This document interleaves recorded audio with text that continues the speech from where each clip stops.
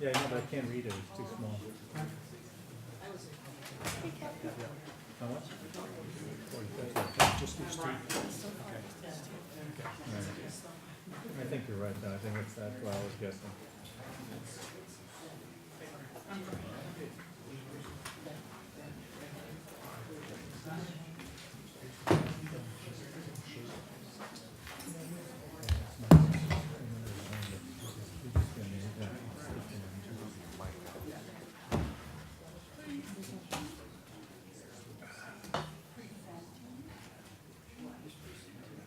Oh, okay. Okay. It's on.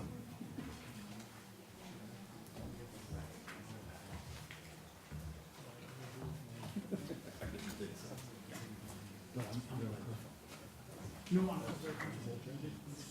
They actually compliment us.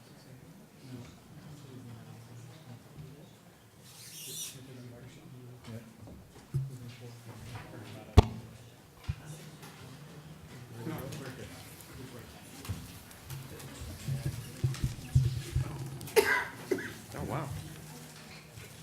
Nice.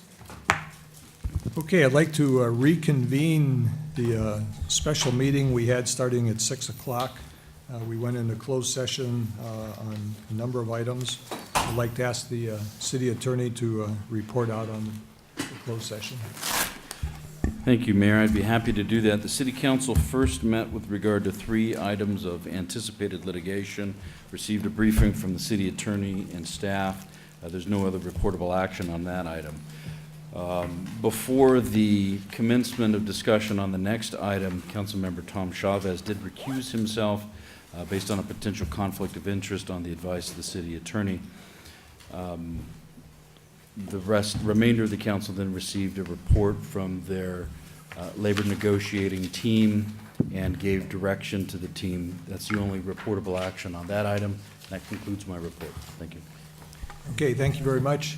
And with that, we will adjourn the special meeting. And I would now like to call the regular meeting of the Temple City City Council for December 16th to order. Could we have the roll call, please? Councilmember Sternquist. Present. Councilmember Vizcarra. Here. Councilmember Yu. Here. Mayor Pro Tem Chavez. Here. Mayor Bloom. Here. This evening, we have Pastor David Palmer with us to lead us in the invocation. David has been here numerous times, and we appreciate he's with the First Methodist Church, which is just behind the library on Golden West. And I'd like to ask everyone to stand at this point. As we enter this season, as we light many lights during this time, I was remembering these ancient words. The people who live in darkness have seen a great light, and for those who live in the shadows of death, light has dawned. Let us pray. Dear Lord of all, as the daylight draws shorter and the cold creeps in around us, we look to you who are the source of life, of light and hope. We invite your presence here in this place as we consider the events and the business of our great city. Enlighten the minds of all who deliberate here today with wisdom and understanding. Bless those who lead and serve the people with generous and compassionate hearts, for you are the true light that shines forth for all those who seek you, in whose name we pray. Amen. Amen. Okay, I'd like to ask, remain standing, I'd like to ask Planning Commissioner Steve Curran to lead us in the Pledge of Allegiance. Would you please place your right hand over your heart and repeat after me? I pledge allegiance to the flag of the United States of America and to the republic for which it stands, one nation, under God, indivisible, with liberty and justice for all. Thank you, Pastor Palmer and Steve. Okay, we go to item 5 on the agenda, which is presentations, and tonight we have none. So we will go to item 6, which is public comments on items not listed on the agenda.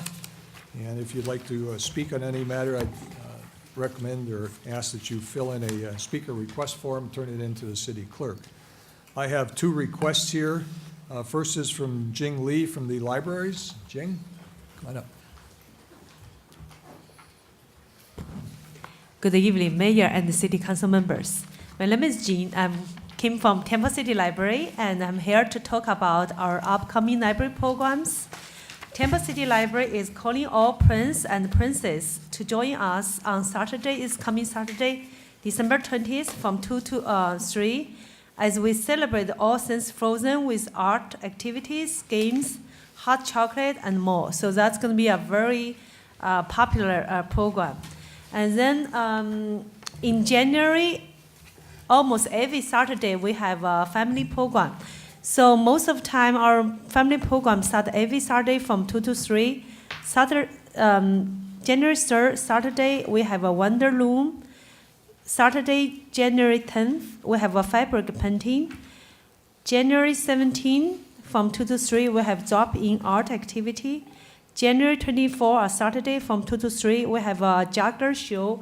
So the performer, David Carson, actually, he holds 5 world records in juggler. So this is definitely a show shouldn't be missed. And in addition to that, we have every Tuesday, we have the bilingual story time. Every Wednesday morning, we have story times for baby and toddler.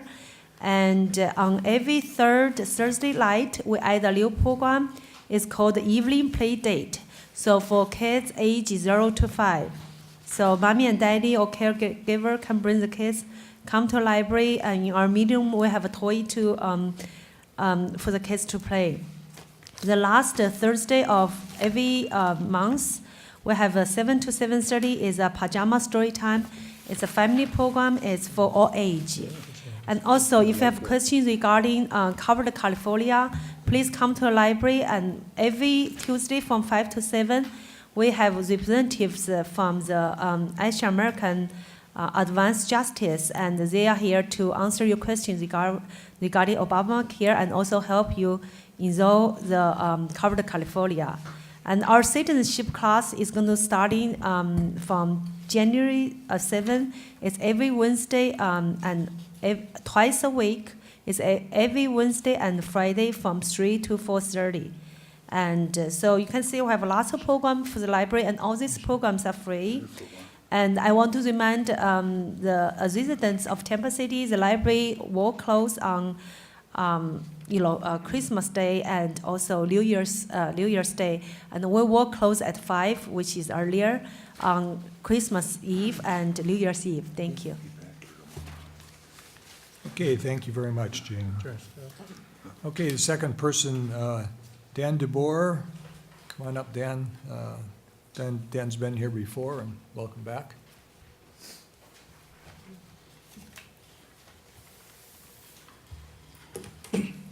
Good evening. My name is Dan DeBoer.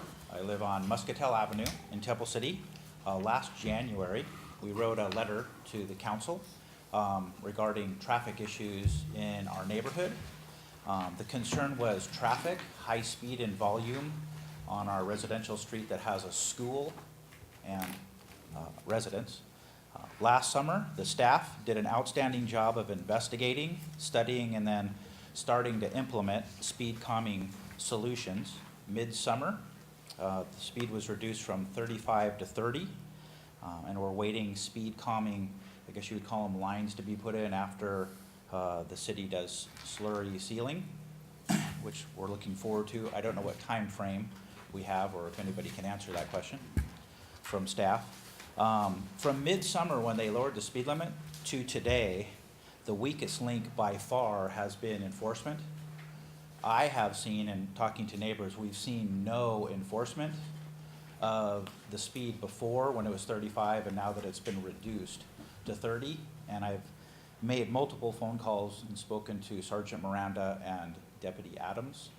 I know are the contact people for the city. I've seen no enforcement. So that's one of the issues we need to talk about, or I would like to. Maybe you can give some suggestions about what we can do to take further actions to calm the speed down in a school zone and on the city streets. What do you suggest, or who do I speak to about what the next steps perhaps could be? Okay, I know we've communicated already. I think you've communicated with the city manager, and I think he's been in contact with the sheriff. And so we're aware of it. I appreciate you coming again and reminding us all. And I'll just look at the city manager and staff to follow up, working with the sheriff. So continue, is that Mr. Cook? Yes, Okay, Mr. I've only spoken to him. Nice to meet you in person. Nice to meet you, sir. Okay. And we will follow up with Mr. DeBoer too, Okay, with a enforcement action that's going to be happening in the next couple weeks. okay. Great, thank you. Okay, thank you. Okay, is there anyone else would care to speak at public comment time? Okay, if not, I will close public comments. We'll now move to the item 7, which is the consent calendar. All consent calendar items may be approved in a single motion as recommended unless removed for further discussion. If members of the city council or persons in the audience wish to discuss any matters listed on the consent calendar, please address them at this time. And I know the city clerk has a couple corrections she wants to make. Mayor and City Council, I'd like to make correction to the meeting minutes of December 2nd, regular City Council meeting. The unanimously reflecting council's vote for item 7F and 10A will be removed, as there was a no vote for item 7F and abstain vote for item 10A. Also, for the City Council recess to the December 2nd special meeting will be revised to 6:07 PM. And we're adding staff, sheriff's staff name to the special meeting for November 26th as well. Okay? Thank you.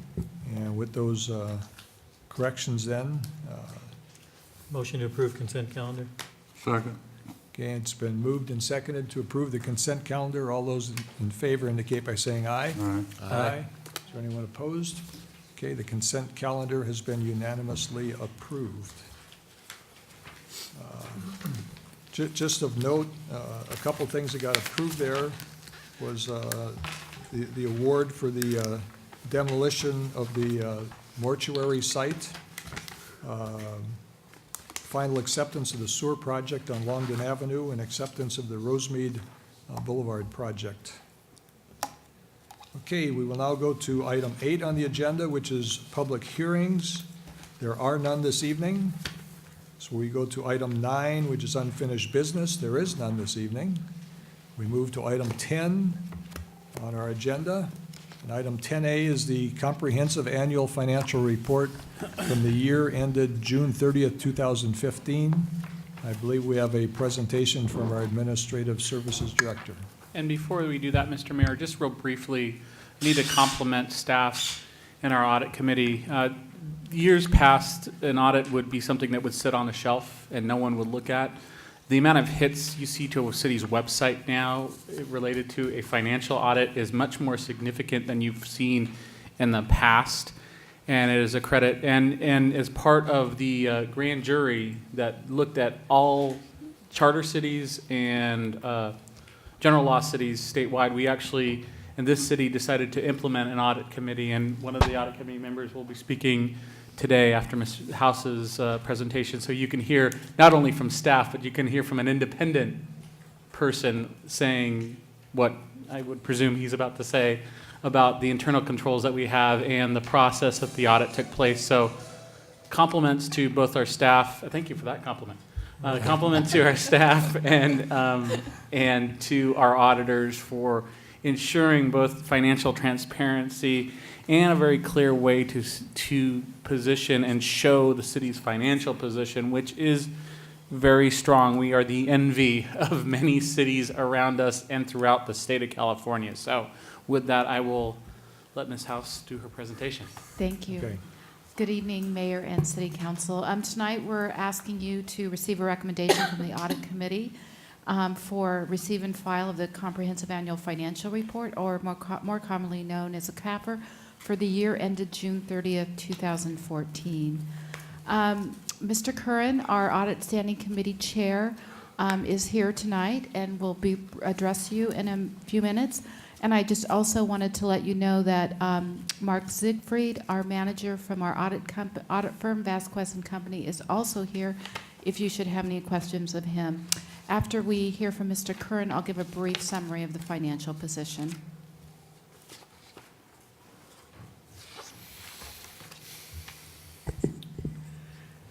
Thank you, Director Haas. Mayor and City Council, Back in July of this year, the city council appointed an audit standing committee made up of the Mayor Pro Tem Chavez and Council Member Yu, and myself, Steve Curran, who's the planning commissioner, and I'm also a CPA with the previous audit experience. The city council also adopted an audit standing committee charter at that time in July. Since then, in accordance with the audit standing committee charter requirements, we have performed our due diligence, holding 5 public meetings with the Administrative Services Director and the outside financial auditors, Vasquez and Company, relating to their audit of the comprehensive annual financial report for the fiscal year ended June 30th, 2014. A copy of that audited report and a detailed memorandum from the Administrative Services Director commenting on its preparation are attached in the agenda for this City Council meeting on the Temple City website for your reading. Based on the review work performed by our Audit Standing Committee, we recommend that the City Council now receive and file the comprehensive annual financial report for the year ended June 30th, 2014. Administrative Services Director Haas will now discuss some of the specifics relating to the completion of the city's audited financial report, and the auditor manager from Vasquez and Company is also present to answer any questions regarding this audit work performed. Thank you. Okay, thank you, Steve. Thank you, Steve. Just a quick reminder, a CAFR is a set of financial statements that complies with generally accepted accounting principles and the Government Accounting Standards Board. And the CAFR is an accounting structure that provides standardized financial reporting for all forms of government, federal, state. And again, the idea is to have it standardized so that the reader can look from one entity to another, and it be essentially apples to apples, for lack of a better word. Vasquez and Company has issued an unmodified or clean opinion for the CAFR ending June 30th, 2014, which in layman terms really means that the financial position of the city is accurately and fairly presented in the financial statements. The city's net financial position increased by $2.7 million in the fiscal year 2013 and 14, and again, this is all city funds or resources. Total revenue from all sources was $20.1 million, and total expenditures was $17.4 million. And the total combined fund balances at June 30th, general fund and all funds, is $20.4 million, which is a decrease from the prior year of a $9.4 million. And I'll address those reasons in a minute, because they're primarily in the general fund. The general fund is the chief operating fund of the city, and this fund balance decreased by $3.4 million, primarily as a result of the purchase of the Primrose property, and additional funding for improvements in the Rosemead Boulevard and other one-time expenditures, for example, for the update of our general plan and capital outlays. The other decrease in the fund balance overall was primarily as a result of the Rosemead Boulevard enhancement project. Operations are in the general fund are in a surplus position with an operating revenues of $12.6 million and operating expenditures at $12.1 million. The general fund ended with a $1.7 million in unassigned fund balance, with a total fund balance of $18 million. Again, this unassigned fund balance will give the council opportunities to look at funding different programs as we move into the fiscal year 15-16 city budget.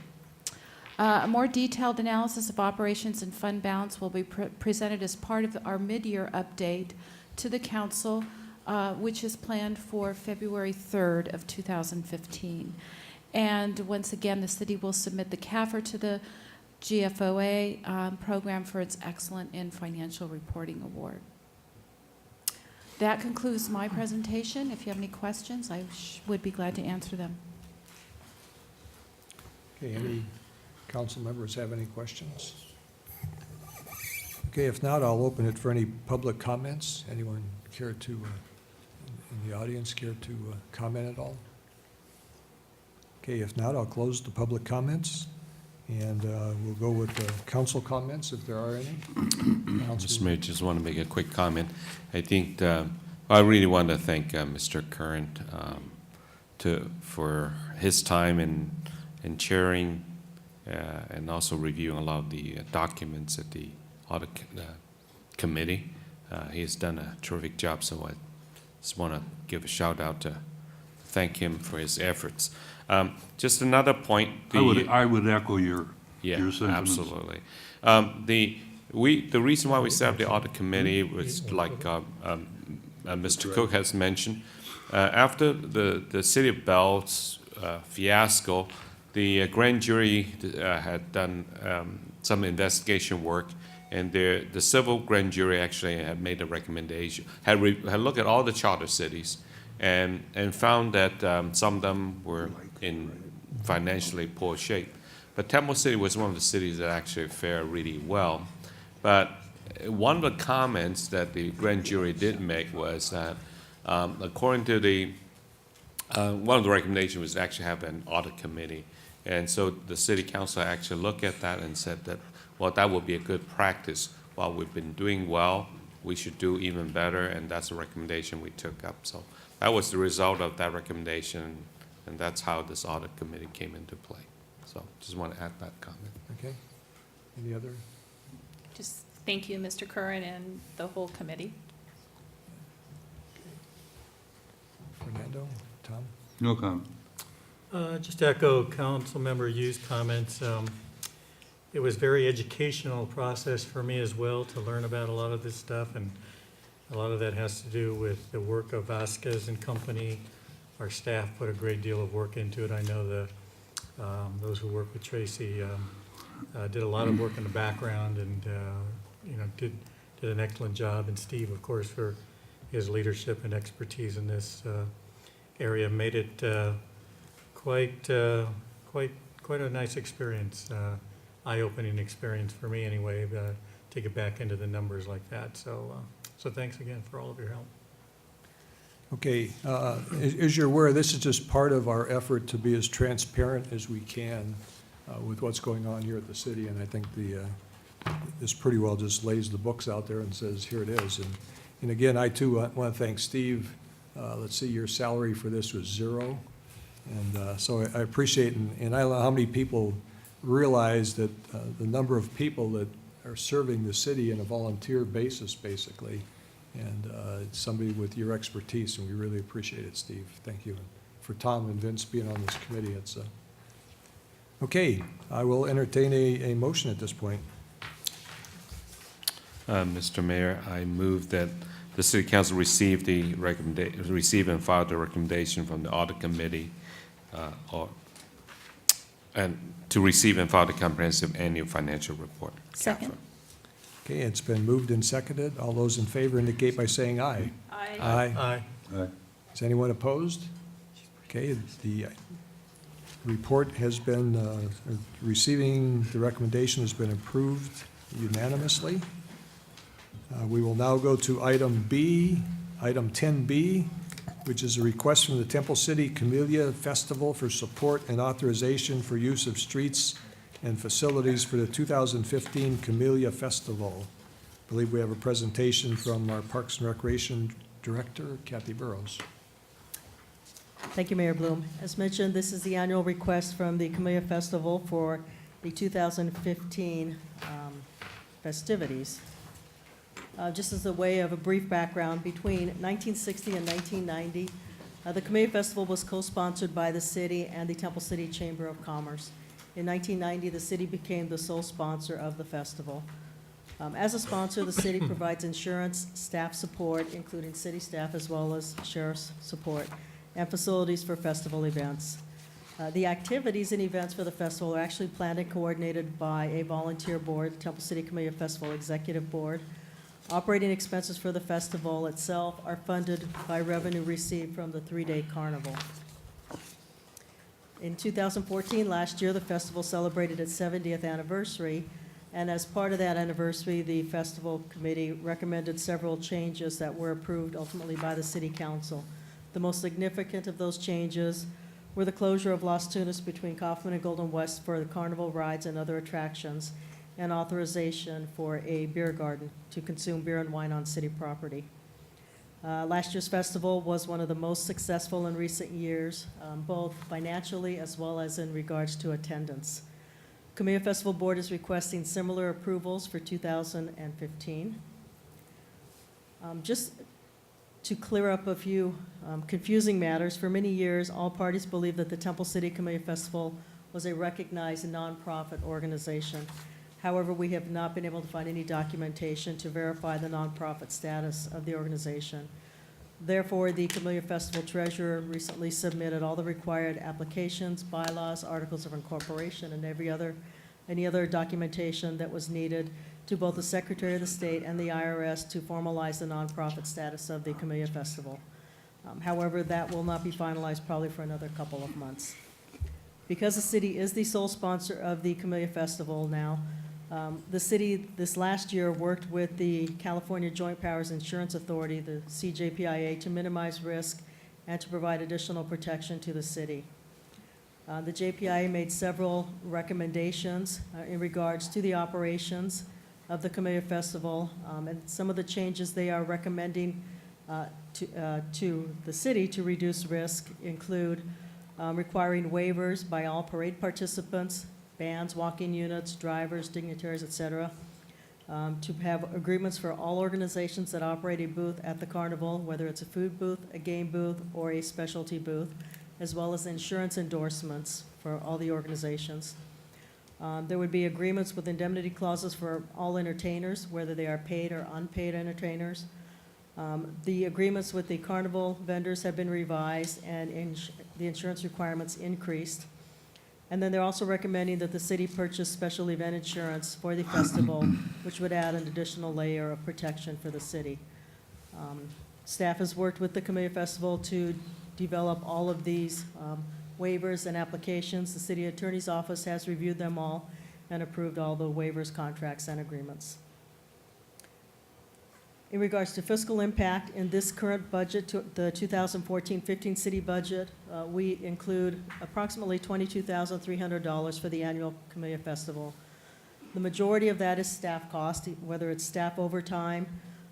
That generally is our maintenance workers that work in the park throughout the event, as well as any community preservation or parking officers that are needed in support of the parade, part-time staff that help with the parade, step-off and disbanding, law enforcement, and then miscellaneous costs. The city provides float incentives as well as other miscellaneous costs. The insurance that I mentioned, the special event insurance, can be taken from this amount as well.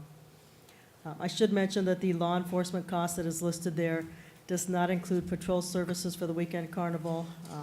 For some reason, it was not included in this current year's budget.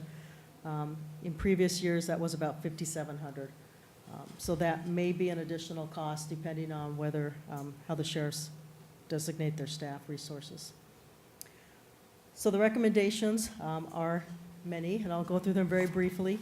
The first is to authorize the use of streets and facilities, including temporary bans and street closures for the festival and parade. They are enumerated in your staff report in a letter from the Camellia Festival. To approve the consumption of alcohol on city property pursuant to Section 4-4-0 of the Municipal Code. To approve food trucks on Golden West on Friday evening adjacent to Temple City Park. Authorize sponsor banners in Temple City Park pursuant to Section 3-5D10 of the Municipal Code. Authorize city staff to hang the Camellia Festival street banner on Las Tunas in front of Temple City Park. To approve the facility use agreement with First Baptist Church of Temple City. Because this agreement contains an indemnity clause, city council approval is required. To authorize city staff to assist in publicizing the 2015 Camellia Festival, and authorize certain local community organizations to sell food, patches, etc. along the parade route. These are just pictures from last year's Camellia Festival. Again, it was one of the most successful, and we're hoping to have similar success this year. If there are any questions, I'd be glad to answer them. You also have representatives from the Camellia Festival, including the director and the chairman in the audience. I have a couple of questions.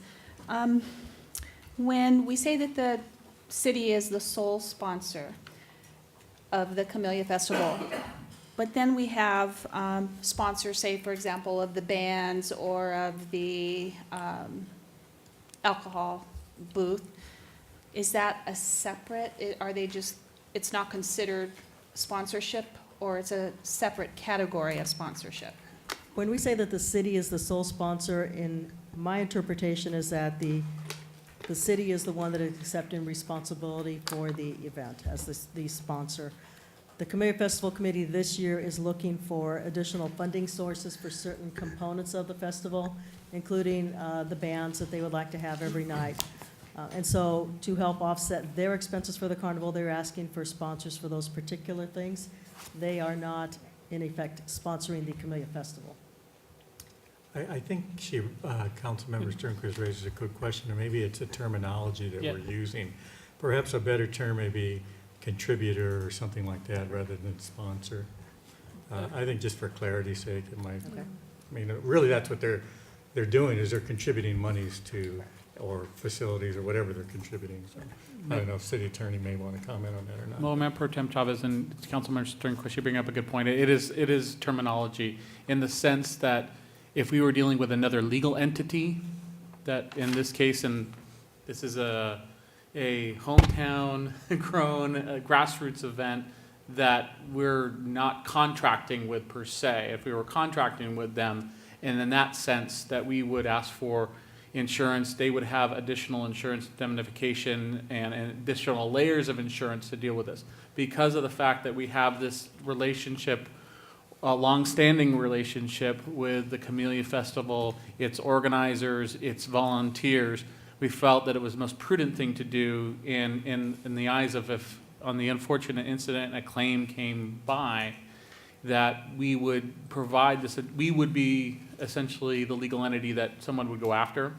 And so to do that, to ensure that we protect ourselves, working as Kathy Burrows stated, working with JPIA, they thought the easiest way to go about it, even though it was a lot of work and a lot of legwork for both Ms. Burrows and the Camellia Festival volunteers and organization, to take these extra steps that were spelled out, and that laying out an additional insurance policy would ensure that the city was also protected, but also the Camellia volunteers are protected. So they're treated almost as city volunteers in this process, hence workers' compensation, liability, it's all covered. It is almost like a blanket coverage that provides and ensures that the entire event, and for example, we have other organizations that do stuff in the city, but this is a very unique relationship, a very historic relationship that we have with the Camellia Festival, and we thought this was probably the best way to move forward. And once they gain nonprofit status, we will have a different conversation about that. But I understand the terminology could have been a little confusing, and I apologize. Well, I think too, I was just concerned because I don't understand all the legal implications that if, say, something took place in a sponsorship, if we list it as being sponsored from the contributing group, then would they be liable also, just like the city? So using what Tom suggested sounds much friendlier, I guess. I haven't seen the agreements. The agreements aren't attached to our report, I don't believe. No, they're What not. What did they say? There's an agreement, I believe, between the city or the Camellia Festival and the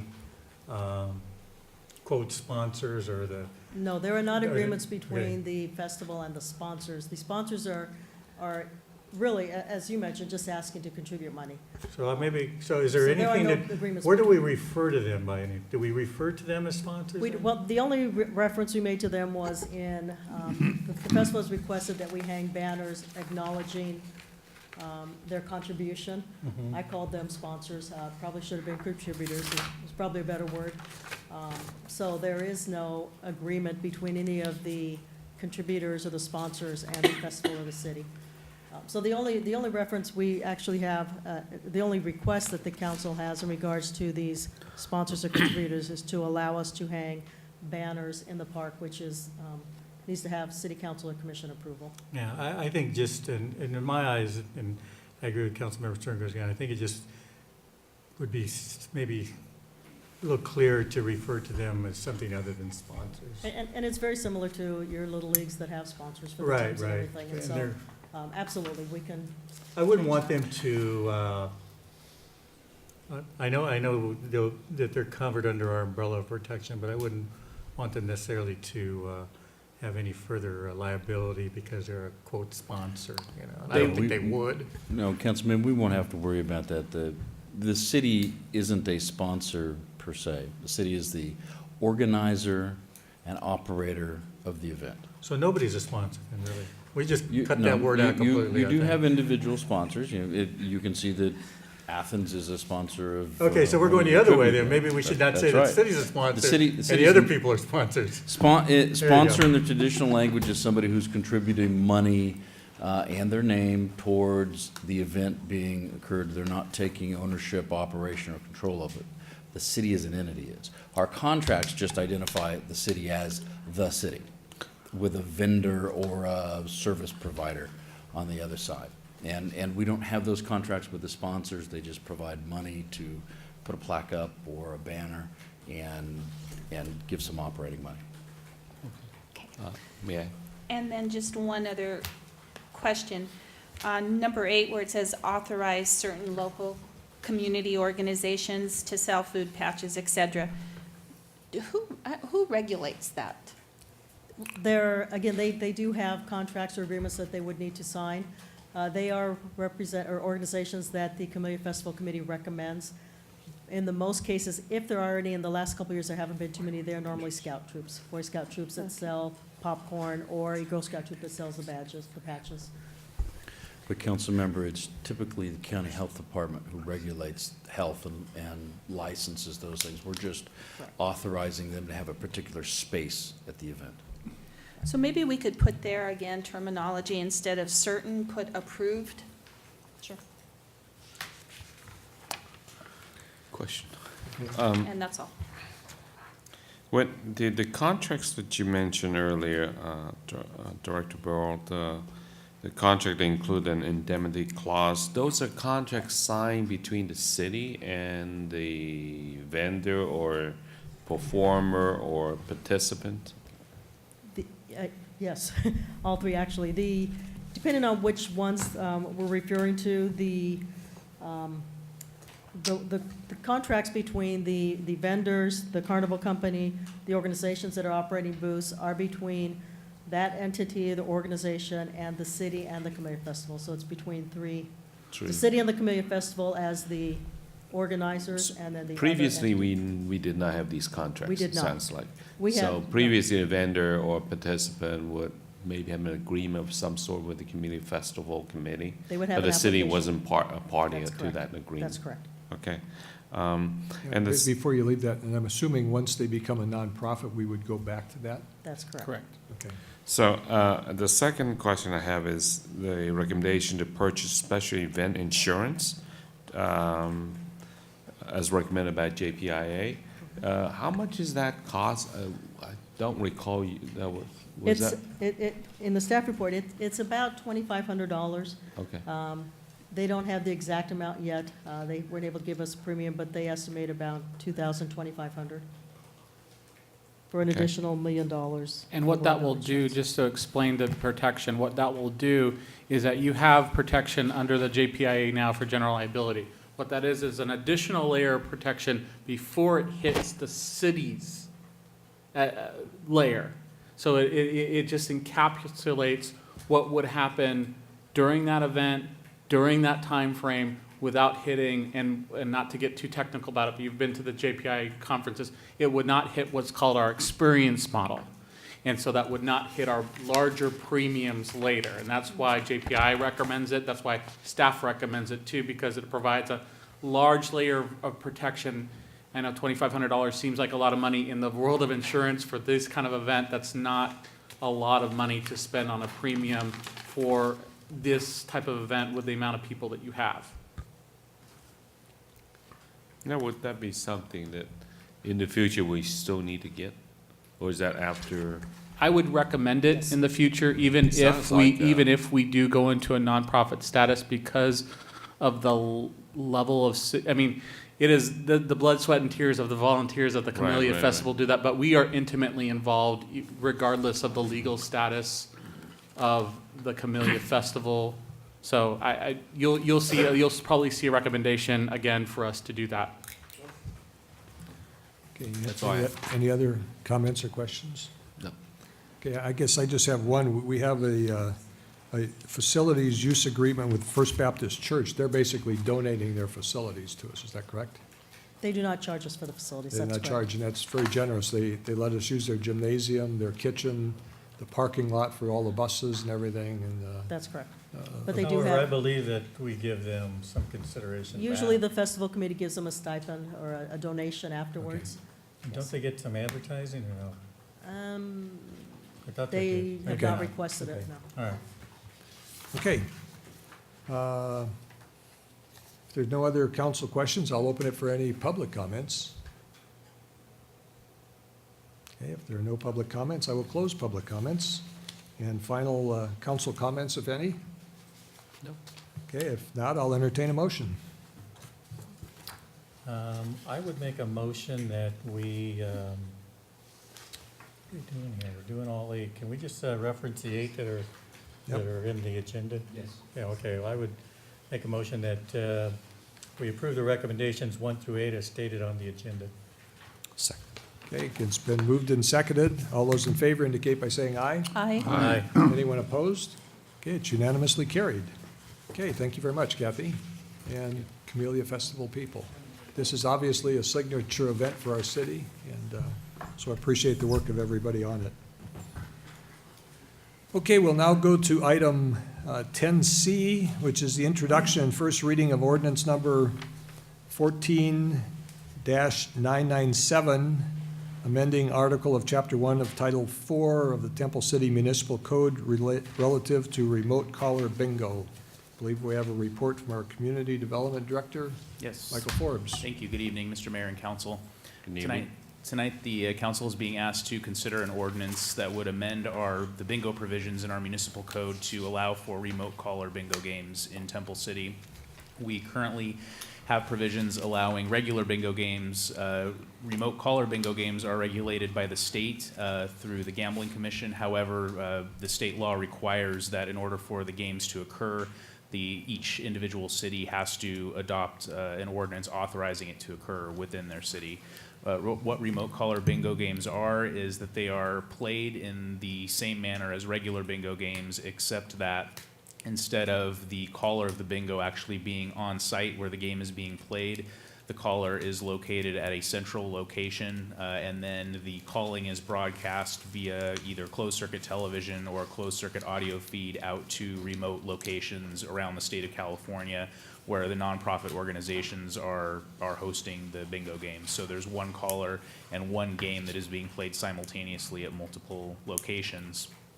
The reason that these are gaining in popularity and are popular with nonprofit organizations is because the profits that the nonprofit, well, that's kind of an oxymoron, the income that the nonprofits can make off of these games tends to be greater than what they can get off of a traditional bingo game, because when you are playing a regular bingo game at one location, most of the income that is taken in is used to pay out the jackpots for the game, so the organization hosting it often does not see a lot of income from that. With these games, the jackpots are pooled among all of the locations that are playing the game, and the way that the money is divided up, the games are more popular because the jackpots tend to be higher because the money is being pooled at multiple locations, and then a percentage of the money that is taken in at each individual location is guaranteed income for the organization that's hosting it at the individual location. So that's why they tend to be popular among nonprofits. We spoke with the LA County Sheriff's Department to see if they had any concerns about this type of game. Their only concern was the same as for regular bingo, which is that they are a potential robbery target because of the cash on hand. But one advantage that the remote caller bingo games have in that regard is that the jackpots are not actually paid out on site. The checks are mailed to the jackpot winners later, so the people are not walking away from the game with cash in hand. We also spoke with several cities in California that have previously adopted remote collar bingo ordinances. We spoke with their code enforcement and police departments to see if they had any negative experiences or any experiences at all to report to us. And the cities that we spoke with said they had not had any problems with the remote collar bingo games that they were aware of or that had come to their attention. Staff is recommending this evening that you introduce for first reading the ordinance, which would amend the municipal code to allow for remote collar bingo.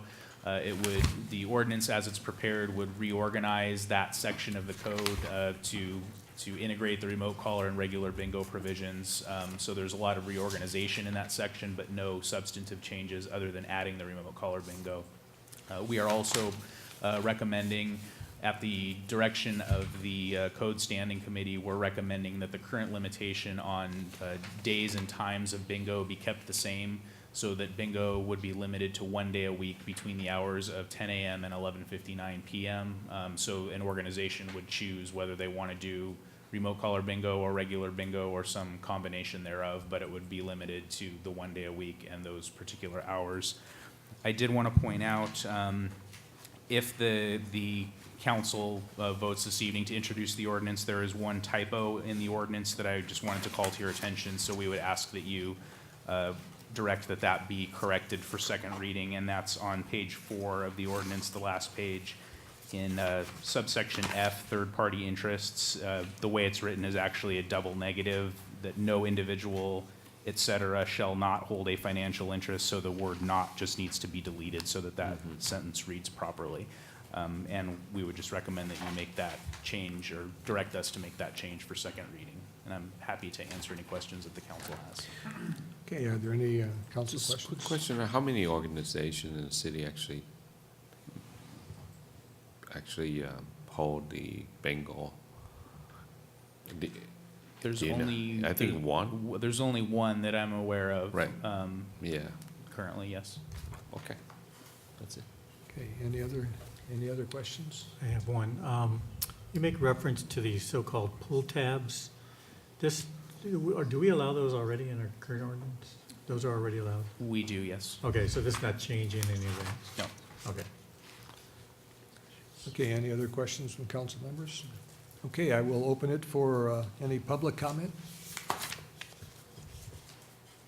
Okay, if no one from the public cares to comment, we will now close public comments.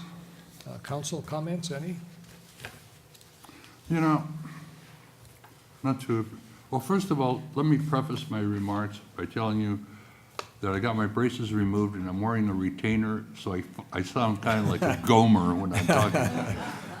You know, I hadn't noticed. I'm not used to it yet. They say this goes away after a while. I've never had braces before. I think early on when we talked about this issue, I was not supportive, and I continue to not be supportive, because I can't support anything that's going to encourage people to in any way gamble even more. I think gambling's a huge problem right there with alcoholism and other things, so I can't support it. I just want you to know that for those reasons. Okay, any other comments? Okay, if not, I'll entertain a motion. I'll make a motion to introduce ordinance number 14-997 for first reading by title only, amending Article F of Chapter 1 of Title 4 of the Temple City Municipal Code relative to remote collar bingo. And I guess are we going to do then a second reading with that change? Yes, we would. You can go ahead and introduce the ordinance tonight with that change, and we will make that correction for second reading. Okay. Do we have a second then? Okay, then we waive item B, waive for the Wait for the reading, reading. and schedule a second reading for January 6th. Second. Okay, it's been moved and seconded. Could we have a roll call, please? Councilmember Sternquist? Yes. Councilmember Viscara? No. Councilmember Yu? I'm with him, no. Mayor Pro Tem Chavez? Yes. Mayor Bloom? Yes. Okay, the item has passed. Okay, we will now go to item D on the agenda. the decorative feature on the Performing Art Pavilion dance floor. I believe we have a presentation from the city manager to start with. To start, yes, Mayor Bloom and members of the council, before you tonight is a request to move forward with the decorative feature at the Performing Arts dance floor that's right out here at Temple City Park. Prior, just a little bit of brief history and to add a little bit in more information that's not in the staff report. In 2012, fiscal year 2012-13, the city council did approve $20,000 as a capital improvement appropriation for the dance floor expansion and an associated decorative component. Doing some research today, we indicated that of that $20,000 that was spent, traditionally if you have money that you have left over, you would carry it over in prior years. The city so far, just for the concrete slab that is out there now, spent less than $10,000. Traditionally, what we would have done is carry that money over if that was appropriated. That wasn't done, nor obviously was the decorative element done. So of what the council had appropriated prior, we spent about approximately half of that to do that project. What we would ask for today, and because the fiscal year lapsed, and once the fiscal year lapsed, unless there's any carryovers, then we have to go back and ask for a reappropriation, which we're asking for tonight. That reappropriation would be for what is similar to the decorative element that was discussed as the original decorative element that is listed in the staff report. The challenge we have, very briefly, is talking with our city engineer and our staff, is that we will do something similar to the type of, and I'm going to butcher the type of style that we're doing it, but similar to what you see on Rosemead Boulevard in terms of the sandblasting. And to try to do that as eloquently and as close to the representation that you see in the staff report today. It's actually process, not style. Thank you, sir. It's what? What was that? The process. The process for installing it. The process for installing, yes, thank you, sir. So with that, though, will be the challenge of trying to make as close of a representation to that original concept as possible. At this point, it doesn't, because the concrete slab has been laid, there are elements, and if you have any questions, Ali Kayer is here. If you have any questions about how we've done that on Rosemead too, we'll try, but it's not likely that we'll be able to do the quotes that were in and around the area, but we'll try and do the decorative element. We'll try to sponge it to bring some color to it. It will not last forever. The useful life is 3 to 5 years, depending on the use, and we'd have to come back and look at it at a future time. But that will be the case for some of the decorative elements that we see on Rosemead Boulevard too. So with that, this was brought forward at the request of Councilmember Vizcarra, and if he has anything else to add. No, very little. I'm somewhat saddened that we can't put in the quotes that we had wanted to put in, but it's not going to work out in terms of costs and because of the process. But it will finish off that dance floor, and it's gonna. We don't have it up here anyplace, but it's going to be surrounded by camellias in effect, and they will be colored. So I think it'll make the it'll give that dance floor a finished look, and I think it's going to be appreciated by all. The members of the Public Arts Commission are here. Did you guys have any comments you wanted to add? Only if there's any questions. Was this approved by the Public Arts Commission? I believe so, I guess. No, it has not officially been approved by the Public Arts Commission. What does that mean? There's been no formal action as part of the Public Arts Commission for this. This is the design that before the Public Arts Commission was fully realized and constituted. Not that I'm saying it has to go before. I understood, but yeah, do you have formal approval from the Public Arts Commission? I believe not. It was approved prior to the Public Arts Commission. Correct. The project was moving before then. It got halfway done. Correct. The money didn't get carried over to finish it up. We approved it. We approved it, yes. Okay. I do have a question. Ali, did you have any? No, I'm here just to answer Yeah. questions, in case you have any Okay. questions. I do have a question. I believe Mr. Cook, you said that the patent or the design will last 2-3 years. I'm not sure if that's true. I believe what you really were referring to is that the coloration that we put on, Thank you, sir. the contrast to bring out Right. the patent, that coloration or the stain that we put on will last more or less 2-3 more years. And That's then correct. Thank it you, would sir. slowly fade away. It's not like the design will go away. Am I correct, Mr.? Yes, correct. And so what Thank do you we for that do? clarification. We recolor it then at that Yes. point? Yes. Yeah, it's still there. It just the contrast is perhaps a little faded away, but the design's still there. It's not gonna like disappear. Okay, any other questions from council members? Okay. On the price of 10,000, is that just an estimate then, I guess? We don't have any, I didn't see anything in the report about, What Mr. Kyer did was actually go out and speak with the contractor on Rosemead Boulevard.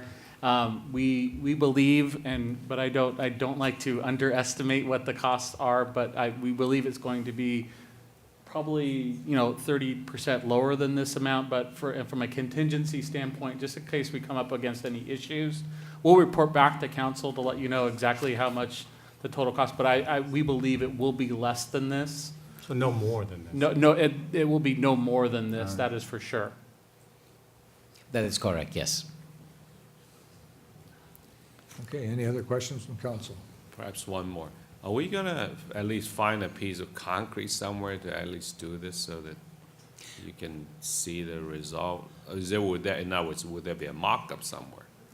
We weren't planning on that because we have already the 12-inch band added in addition to new concrete last year. And we're just gonna implement that. It's about 8 inches or so wide, by the way. The camellia shown here. And you have confidence that we can get fairly close to that pattern? Yeah, they'll get close to that, yes. It's kind of a sandblasting, very fine sandblasting operation. They cut a template and they literally imitate the same template over and over. Okay, any other questions? Okay, I'll open it for public comments. Anybody from the public? Art Anybody from Commission? the Public Art Commission care Art to speak at this Commissioners? point?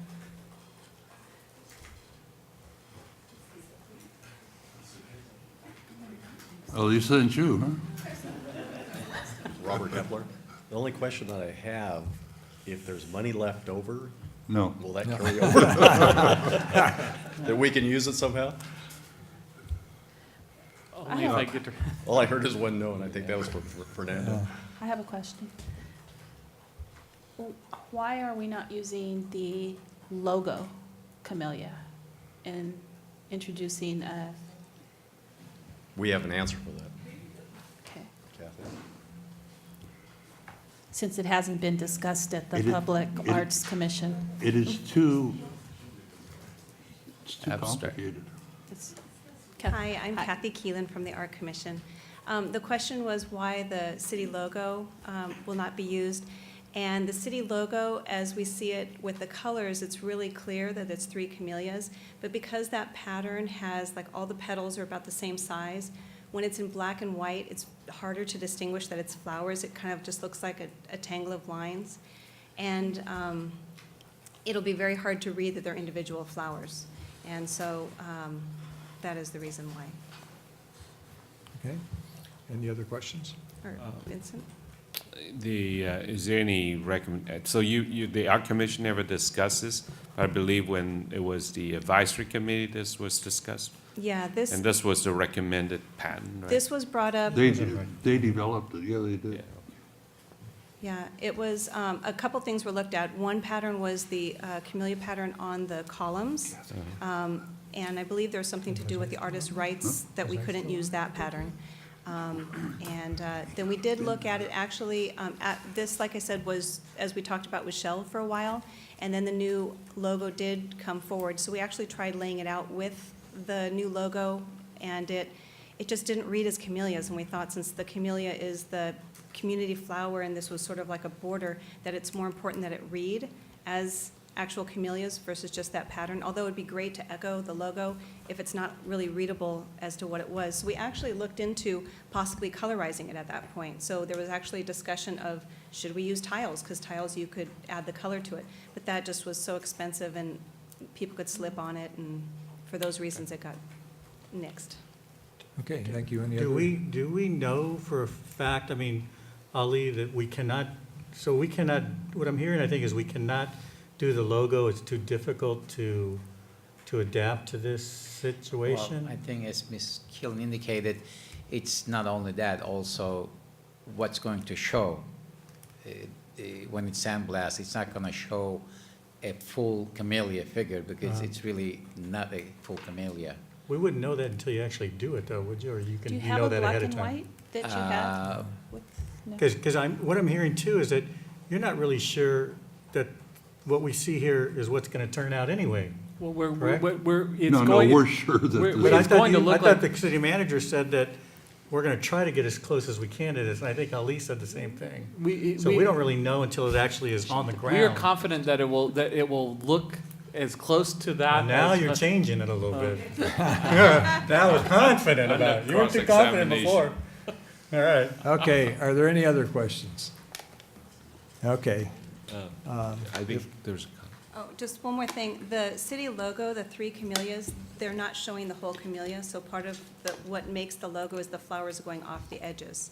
And so if you take that and repeat it, again, that's what makes it kind of confusing as far as telling that it's a flower, because it's not the whole flower showing. Okay, thank you. Thank you, Kathy. Any other public comments? Okay, if not, we'll close public comments. Any other council comments? no, I Okay. agree with what's being discussed so far. I think Okay. it will read well. Okay, I'll entertain a motion. All right, then. I'd make a motion that we move forward with an original design for a decorative feature on the Performing Arts Pavilion dance floor and appropriate $10,000. Should we put not to exceed? You can amend it to do that, sir. Let's amend it to say not to exceed from the unassigned general fund balance to fund installation costs. I think you wanted to give any leftover money to the Miss Temple City girls. Didn't you share that? I don't have that authority. Okay, do I have a second, please? Second. I think we need a roll call. Okay, it's been moved and seconded. All those in favor indicate by saying aye. Aye. Aye. Anyone opposed? No. I'm good. You're good, okay. This item's been unanimously approved. Thanks to the art people for pursuing this, and Fernando in wrapping this project up that's we've been working on for years. So, very good. Okay, we'll now move to item 11 on the agenda, which is communication. There is none. Number 12 is an update from the city manager. Thank you, Mayor Bloom and members of the council. Just an update, 2 updates. One, I'm happy to introduce one of our new employees that we are very excited to have here, Scott Reimers. I'll let our community development director, Mr. Forbes, introduce him, give a little bit of a bio about Scott. Just an update on the storms that we've had over the last week and a half. We have fared pretty well. The topography of our community really creates some flooding that you'll see in some areas, but compliments to our crews, Ysidro and others, our tree crews, Rob Cruz and his crew, Kathy Burros, Michael Forbes. Thank you for your hard work. They worked very hard to make sure that the gutters were cleaned, that we experienced our first storm with our new Rosemead Boulevard, and overall it fared very well. A few little glitches here and there, but nothing that was not unexpected, and fared very well in terms of stormwater capture and stormwater, just getting it out and through. We keep on tabs about what's happening with the weather and just ensuring. And for those in the community where you are having problems, we know where the hot spots are in the community related to the ponding that you see and the flooding that you see. But please do not hesitate in calling City Hall, because we may miss something. We may miss a spot that we're not aware of. I got a couple council members calling me about some new spots that I wasn't aware of. Councilmember, you gave me a call. A couple other council members gave me a call about some hot spots that we kind of rediscovered. So, and we'll do what we can. There's only so much that we can do in terms of the flow and what's happening in the area. Where we can find mitigation measures, we're doing that. Where we can't, we do the best we can, but we don't know unless we get communication from the public. With that, I would like to bring Mr. Forbes to the podium and introduce our new planning manager. Thank you. We just wanted to introduce the council this evening to Scott Reimers, who is our new planning manager. He's been with us for how long now? Almost a month already. Time flies Why don't quickly. you bring him over here so we can get him on camera? Okay, yes, please. Plus, we join can me. stand next to you and see how tall he is. He's quite tall. You can see him in City Hall because he towers over the cubicle. So when he stands up, you can't miss him. Scott comes to us most recently from the city of Pasadena. He was a planner there for 8 years, and he was in San Gabriel for 4 years prior to that. So he's local, grew up in San Gabriel, very familiar with the area and with Temple City. We're very happy to have him here. I'm very happy to have him here. He will be overseeing, or is now overseeing, the planning and building functions, and then also as a result of some of the reorganization we did earlier this year, he is also overseeing the community preservation program. So those 3 programs are under him. He was the manager of the general plan update in the city of Pasadena, which is a certainly much larger and more complicated general plan than ours. So we're very happy to have him here with that experience, and he's stepped right into our general plan update and is doing a great job so far, and I'm thrilled to have him here and very happy to introduce him to you this evening.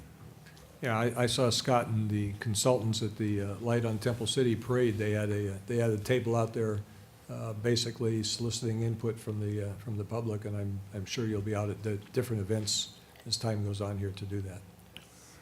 Well, welcome to our staff. I have a question.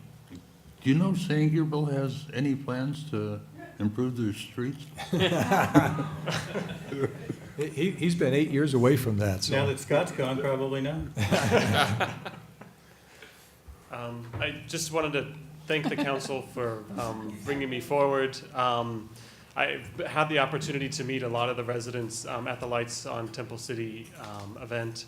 I've been at the General Plan Advisory Committee meetings and at the Planning Commission meeting, and I'm very happy to have worked with the different commissions that you have and with your community. It's a great community, so thank you for bringing me on. Okay. You're welcome. Welcome. Thank Welcome you. aboard. That will conclude my report. We will be, this is our last meeting until the new year, so happy holidays to all of you, to all the community, to all the staff, and wish you the best coming into 2015. Okay. Okay, we'll now go to item 13, which is council reports regarding ad hoc or standing committee meetings. Do we have any here? I'd like to, even though we approved the Rosemead Boulevard project tonight, I still like to keep that committee there. There's a few items that we still need to make sure that we wrap up to finish that project, so we'll keep that one alive yet. So it's closed but not closed. Well, the contract, with the contractor is finished, but we still need to take care of a few items, basically to transition to our staff and consultant or contractors for maintenance issues. I still think there's some lighting issues we have on our monuments and some of our public art features that we need to address. Okay, anything else? Vince, you want to report on? Oh, sure. Yeah, and please join in too. I'll join in when I can Yeah. talk. The Las Tunas Downtown Revitalization Standing Committee met 2 weeks ago, and we discussed the traffic study. That was the primary reason for the meeting, was just to discuss the traffic study, and then we plan to have some follow-up actions with thinking of a study session with the full council coming up possibly in January. We were, both Councilmember Viscar and myself were given a copy of the traffic study, so we're going to look that over and possibly come back to the council in sometime in January. We found that once we really started getting into it, that it would be difficult just for the two of us to make a recommendation and bring back here. There's just too many factors.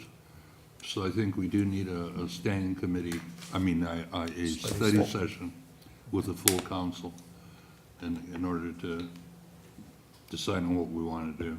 Okay. We'll work with the city manager in getting that scheduled. Yeah, at the meeting, we also actually look at a number of small downtowns and compare with the tasks before us. So we may bring that back at the study session as well. Okay. Any other ones? Do you want to report on strategic planning? Well, we have a meeting coming up this week on the strategic plan. We're moving forward. So we should have more information. We did have a meeting, when was it, 2 weeks ago, I believe, with city manager and Tracy House, and looked at, who else was there? Giselle. Giselle was there, yeah, Giselle. And identified certain projects, prioritized them. There was some discussion, and we asked staff to go back and make some corrections, and I believe this Thursday, we're gonna be looking at those corrections and get it fine-tuned, and we're almost there. Pretty close to bringing it back to council, so. Yeah, then we have a study session scheduled for Saturday, January 10th at 1 o'clock to basically take whatever we wrap up this Thursday and bring to the full council. Okay, anything else? Do we still need the audit standing committee? I guess we do. It's huh? a standing committee. Yes, yeah. it's a standing committee, because I think we do have other things over. Yeah. Yes, that's all right. So- Thanks. so make But you sure- can say something if you want. So make sure you guys don't sit down. Yeah. Okay. All right, item 14 on the agenda is council item separate from the city manager's regular agenda. Councilmember Sternquist.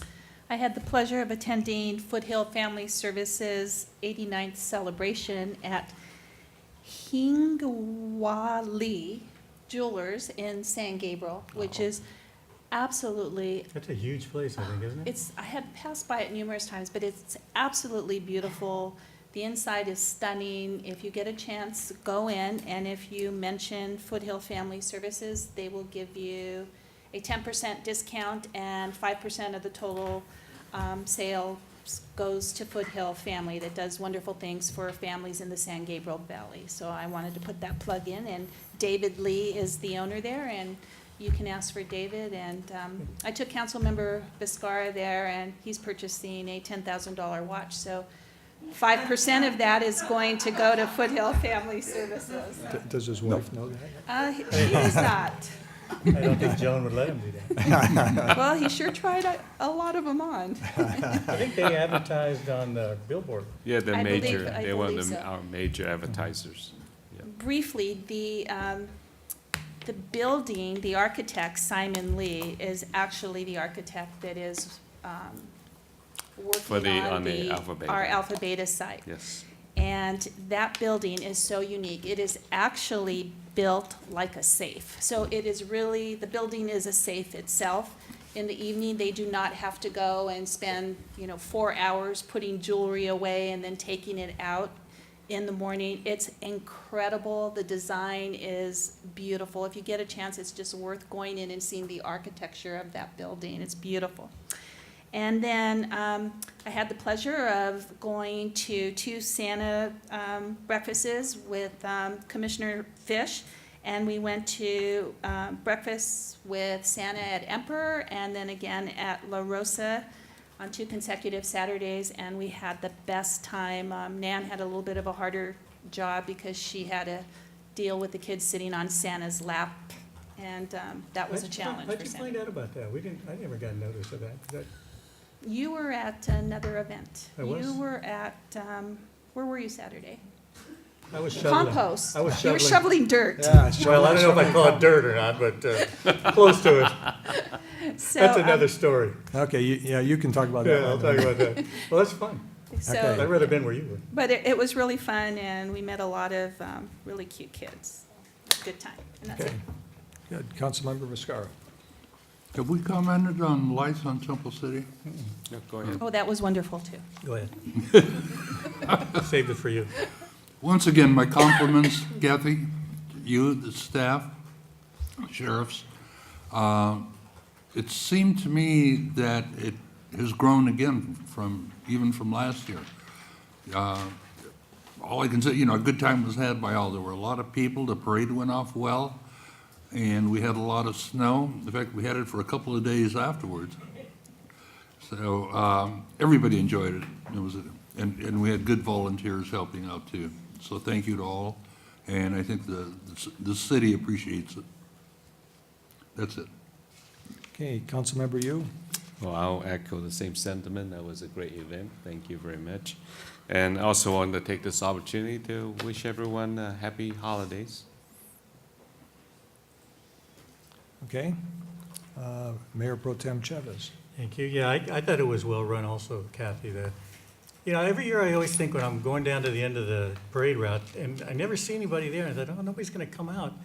And then all of a sudden we start coming down the closer you parade get route, here. and there's just hundreds of people out there. It's just amazing that people still love that and come out, and I think it's a testament to the good job that all of you do, and having Santa there and the lights. I think it's just become such a good tradition that we're very proud of course.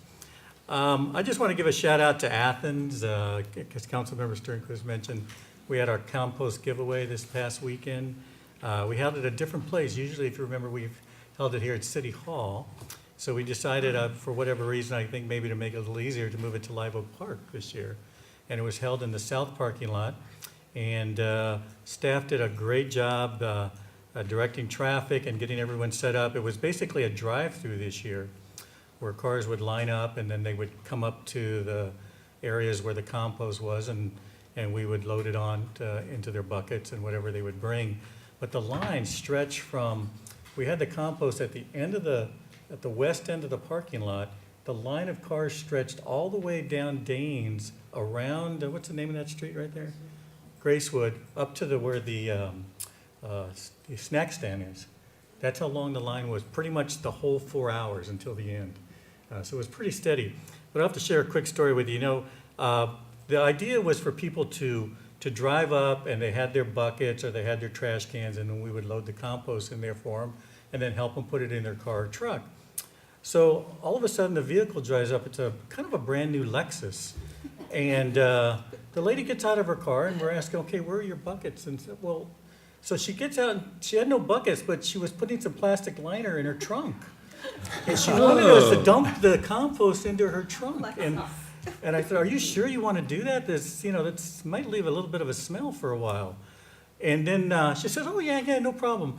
Come to find out that it was a loaner from Longo that she was going to return afterwards. So that might have had something to do with her thinking. I don't know. But when we sent her on her way, and she did come back with some little containers afterwards, so it worked out. So Longo has no problem with it, hopefully. That was a good one. But, so you never loaded it onto the No, we didn't load it in her trunk. We talked her out of that. So, but, I just want to thank Abel, Josh, and John from our Parks and Rec staff. They did a great job, as well as Athens employees. 40 tons of compost we got rid of in 4 hours.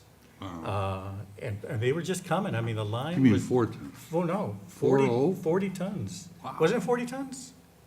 I think it was 40 tons, wasn't it? I don't know, it was a lot. All I know is we were shoveling those piles, and it didn't seem to be going down very fast, but we finally got rid of it all. And I went back there Sunday morning, you would have never known anything happened. They brought in their street sweepers, they swept it all out and cleaned it up. It was a good time. I mean, we had a good time. The weather was nice, and so. Were you sore? I was sore the next day. I was really sore.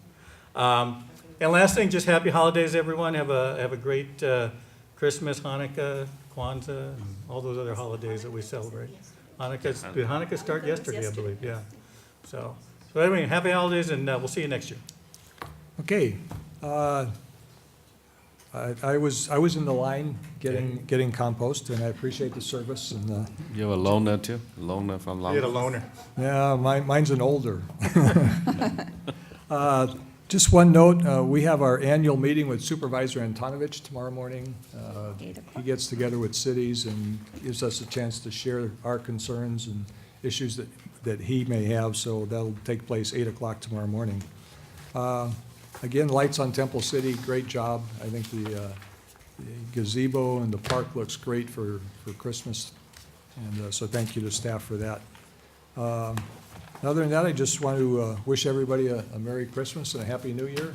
One last thing, I'd like to mention that our mayor received a very nice award. When would you share that with Well, our residents? I was fortunate, the American Public Works Association of Southern California, which is LA, Orange, San Bernardino, and Riverside County, gives out some annual awards.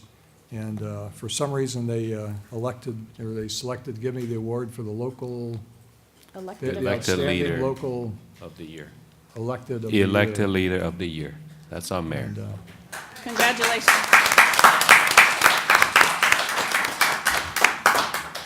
so thank you very much. That's, as I said to them, that only happens when you got support of a good council and good staff, or that stuff doesn't happen. So thank you, everyone. Okay, item 15 is reimbursement of expenses to city officials for conduct of city business and for city payment of conference expenditures. It is listed there. Item 16 is additional public comments on items not listed on the agenda. Anyone care to speak at this point? If not, I will close public Yeah, comments. no, we got one. Oh, we've got one. All right. Come up to the microphone. You can fill it in afterwards. Hi, Council. I'm George McDonald, and I'm from Arden Drive.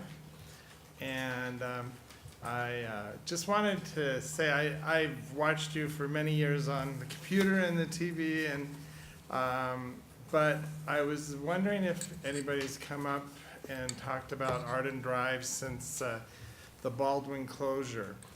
Arden Drive right now, I've lived there for 20 years. And I'm right near Freer and Arden Drive, and it is extremely hard to get out of your driveway when you're living there, especially now in the last year and a half.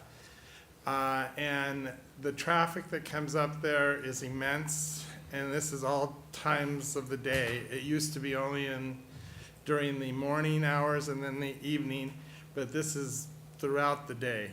And the streets, I have noticed the breakdown of the streets. We have a lot of cracks. We don't get the big trucks or anything, but it's immense. In fact, during this, because it was a year, I think it was April of 2013 is when they started the project for the railroad overpass. Well, a year ago, last September, I was involved in a crash accident at Arden and Lower Azusa. And this is because people are coming up our way that usually never went. There is a sign there that says local traffic only. And this is over off of Lower Azusa and Arden. But people still come up there anyway. And very few times I've been up there, I have seen any police involvement up there, checking for speed. And the average speed, I would presume, would be around 40, 45 maybe. And I just wonder why they have not done any temporary maybe stops at Freer and maybe at La Rosa. This would cause the traffic to slow down. Because there's a lot of people that have to get out of their driveways, and it's just immense. That's all I wanted to say. And this is primarily the traffic going south then, correct? North and south. Because I can't understand why they would be coming north, because Baldwin isn't blocked off. Oh, from north there. is even more. North comes out a lot more, because more what they're traffic doing, going they're north? diverted down on Valley Boulevard. Right. They're diverted to go up Arden or up Temple City Boulevard. So they're not And diverted, when they going get to up Lower both. Azusa, they're not diverted left back to Baldwin? They are, it says detour, but They don't the do it. people know that it's a shortcut, because then you have to go all the way down to Baldwin, wait for the light. There's traffic on Lower Azusa with our street straight up to Olive, turn left on Olive, and then right up. I mean, it's like a shortcut.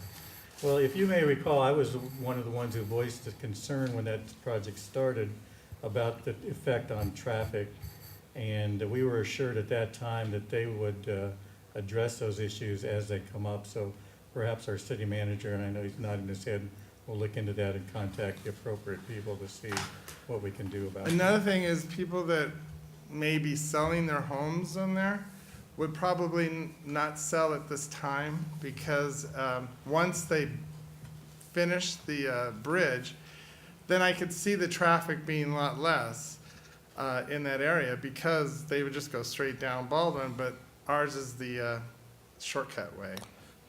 So, but thank you very much. I think And They- happy holidays. They warned us at the start that we would be having a lot of additional traffic both on Baldwin, I mean, well, Baldwin to some degree, but on Temple City Boulevard and on Santa Anita, and we knew that was coming. So if it's any consolation, it's coming to an end. I think we have 7 months left on that project, and things will be back to normal. But the one concern I did have is on our street. It is, a lot of cracks are in it, and it may be due to the amount of cars that are coming on, maybe the weight of cars. Another thing is we are really close to the Santa Anita Convalescent Hospital, which a lot of fire and ambulances come up that way too. Not to mention trash trucks. Right, exactly. Yeah, So, no. thank you Thank very you. much. Okay, well, thank you for coming forward instead of just watching us on the computer. I mean, to see it live in person. And the city manager will follow up on those issues. Okay, any other additional public comments at this time? Okay, if not, I will close public comments. And item 17 is adjournment. We are adjourned until next year.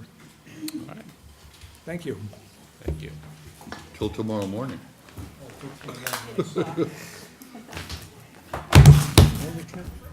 Good.